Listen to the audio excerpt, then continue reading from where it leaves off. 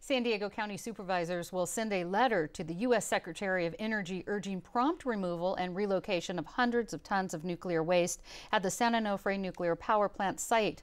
Joining me with why the supervisors made this move and the possible next steps are my guest, County Supervisor Ron Roberts, and UC San Diego Professor David Victor, chair of the San Onofre Community Engagement Panel.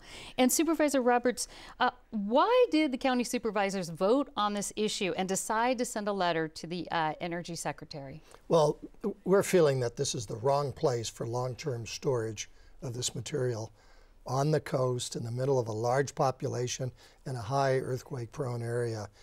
The federal government really needs to move on a solution, an effective long-term solution, and this isn't it. So we thought we've got to basically shine a spotlight on this. Well, let's talk about that possible solution, because the proposed Yucca Mountain nuclear storage site in Nevada is non-existent as of yet. So there doesn't seem to be any real place the government can move it.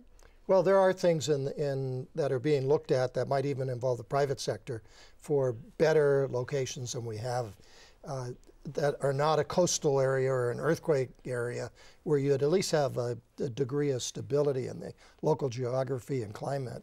I see. Now, David, what concerns have you heard from community outreach panels about waste storage? Well, we've heard very much the same thing that Ron mentioned.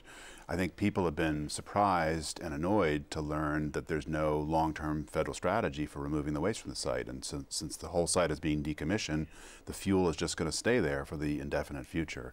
And so we've heard a lot of concerns about that, and now, frankly, over the last year, a lot of interest in these private sector solutions, these so-called interim storage solutions. There's a site that's emerging in New Mexico, one in West Texas, and the idea is to help get ourselves ready so that we're one of the first plants in line to be able to send the fuel. Let's talk about the storage containers just for a minute for the spent fuel. On the one hand, Southern California Edison says, listen, they're safe.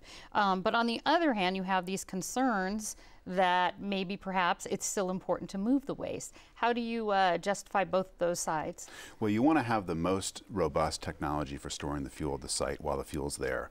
We've spent a lot of time looking at that. We're not a decision-making body, we've spent a lot of time looking at that. And then once you've got it in the most robust technology, you still want to avoid the situation that Ron was talking about, where the fuel is decentralized at 60 or so sites across the country, including at places like San Onofre that are otherwise shut down. So that's the urgency in getting it off the site eventually. I'm not sure who can address this. I'll start with you, David. How often are the casks and the concrete containers holding that spent fuel? How often are they inspected, and who inspects them? Well, this is going to be a very important area, and this is where we are now setting up and demanding of the industry that they articulate what their strategy is here. Currently, the Nuclear Regulatory Commission relicenses them every 20 to 40 years.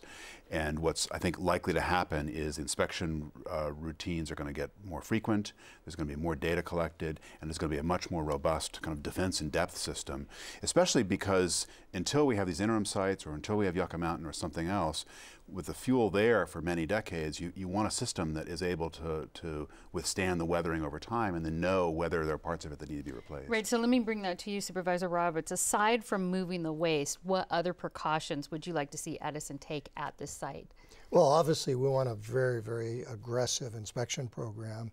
You know, we're not questioning the technology that they're using. We think this probably represents the best practices. We're just not convinced that the best practices is a long-term solution. In fact, we're convinced of the opposite. In my own experience with structural and architectural design and working on earthquake design, I know we always learn things after a major incident, and we rewrite the rules. I don't want to have to rewrite the rules with respect to nuclear waste because at San Diego's expense. I think we've got to start working on a shorter long-term solution, if you will, to get it's not going to happen today or tomorrow, but it's really incumbent upon the federal government at these many sites, 30 or 40 sites throughout the country, to start to consolidate into the most stable environment possible. What do you think the next step, how do you think that letter will be received? Probably ignored. I don't think that one letter, I think they'll acknowledge they received a letter.